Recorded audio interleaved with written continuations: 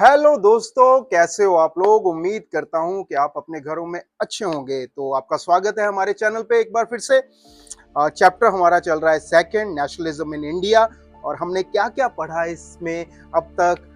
जो हमने ये देखा कि महात्मा गांधी जो है वो साउथ अफ्रीका से वापस आ चुके हैं अपनी लॉ की पढ़ाई कंप्लीट करके। और उसके बाद उन्होंने देखा कि यहाँ पर इंडिया की जो हालत है वो बद से बदतर हो गई है। और फिर यहाँ पर आकर उन्होंने कैसे सत्याग्रह मूवमेंट की शुरुआत की।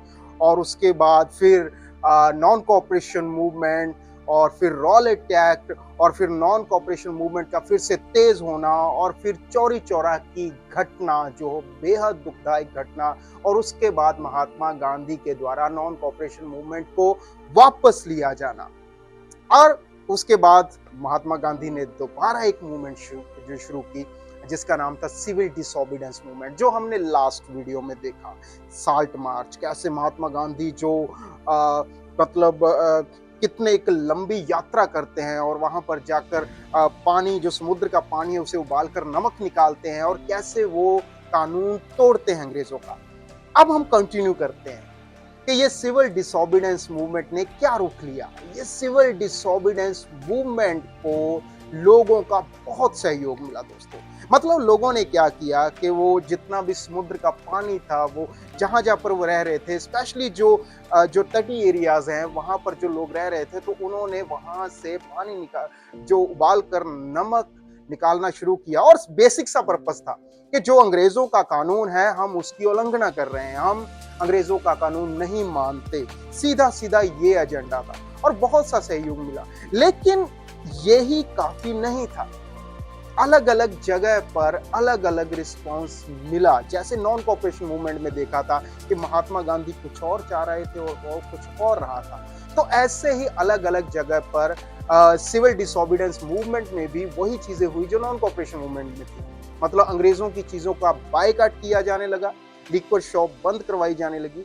और इस बार जो खास बात रही ना दोस्तों सिविल डिसोबीडियंस मूवमेंट में, वो ये थी कि गांधी जी को औरतों का बहुत बड़ा सहयोग मिला।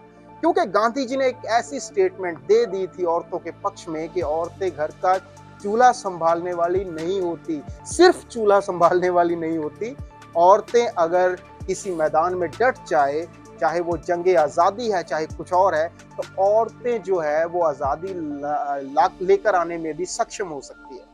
तो ऐसे मतलब औरतों का सहयोग भी बहुत मिला।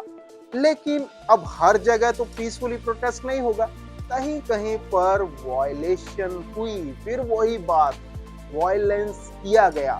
मतलब अलग अलग लोगों ने कहीं कहीं जाकर बहुत बड़े अटैक किए, अंग्रेजों पर भी हमले हुए।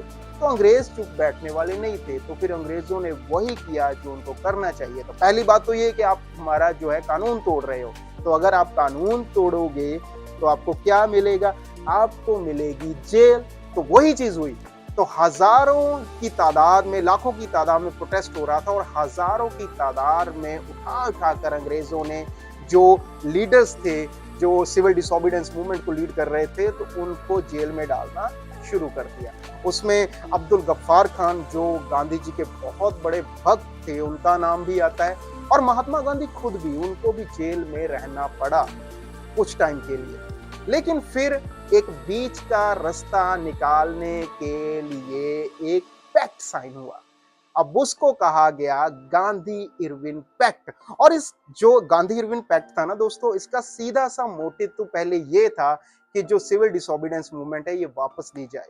और 5 ऑफ मार्च जो 1931 को ये मूवमेंट जो है वो वापस ले ली जाती है।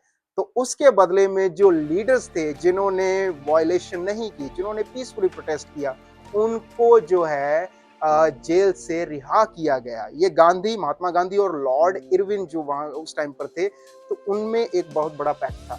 तो गांधी जी ने उनसे जो बातें मनवाई वो ये थी कि हमारे लीडर्स को जेल से बाहर निकाला जाए। और जो आपको पता ही है कि अब कुछ जो वायलेशन हुई है, अब उनको तो वो निकालने वाले नहीं थे, तो पूरी मांगे जो नहीं मानी गई, तो इसे राउंड टेबल कॉन्फ्रेंस कहा गया। अब राउंड टेबल कॉन्फ्रेंस का सीधा सीधा मतलब है कि एक टेबल है, उसमें बैठकर दोनों में विचार चर्चा हुई, तभी उसे राउंड टेबल कॉन्फ्रेंस कहा गया। तो ये पहली राउंड टेबल कॉन्फ्रेंस थी जिसमें रिलीज किया गया। लेकिन जो दूसरी राउंड टेबल कॉन्फ्रेंस हुई दोस्तों, जिसमें गांधी जी को इंग्लैंड जाना पड़ा, तो वो तकरीबन फेल हो गई। और ये थी कि हमारे कानून जो है कुछ हमारे फेवर की बात की जाए, हमारे कानून बनाए जाएं और हमारे जो बाकी लोग हैं उनको रिहा किया जाए। लेकिन लेकिन लेकिन लॉर्ड इरविन ने ये पूरी तरह से खारिज कर दी मांगे जो महात्मा गांधी।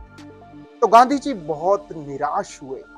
गांधी जी जब इंडिया वापस आए तो उन्होंने क्या सोचा कि अब ये बात नहीं बनेगी, अब फिर से मूवमेंट शुरू करनी पड़ेगी। और 1934 को गांधी जी फिर से मूवमेंट शुरू कर देते हैं, सिविल डिसोबीडियंस मूवमेंट। और उसका इम्पैक्ट क्या रहता है?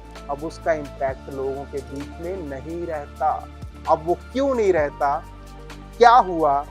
क्या क्या ऐसी चीजें हुई जो लोगों में बहुत ज्यादा आक्रोश था किसी चीज को लेकर, लेकिन वो फिर से ठुस हो गया।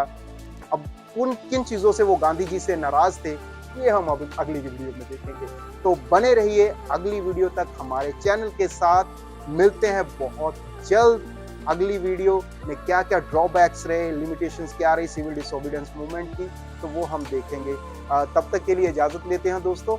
और जाते जाते एक दरख्वास्त है कि अगर आपको हमारी वीडियोस अच्छी लगती है तो कृपया हमारी वीडियो को एक लाइक तो कीजिए। और हाँ, चैनल को सब्सक्राइब करना मत भूलिए। हमारे चैनल को सब्सक्राइब कीजिए, वीडियोस शेयर कीजिए और बने रहिए। और एक और जो बात है इम्पोर्टेंट, कि इस चैप्टर से रिलेटेड जो हमारी पुरानी वीडियोस हैं वो मैंने डिस्क्रिप्शन बॉक्स में ऑलरेडी डाल दी है, तो आप वहां पर जाकर भी सर्च कर सकते हैं। तो दोस्तों इजाजत लेते हैं, आपका बहुत बहुत शुक्रिया।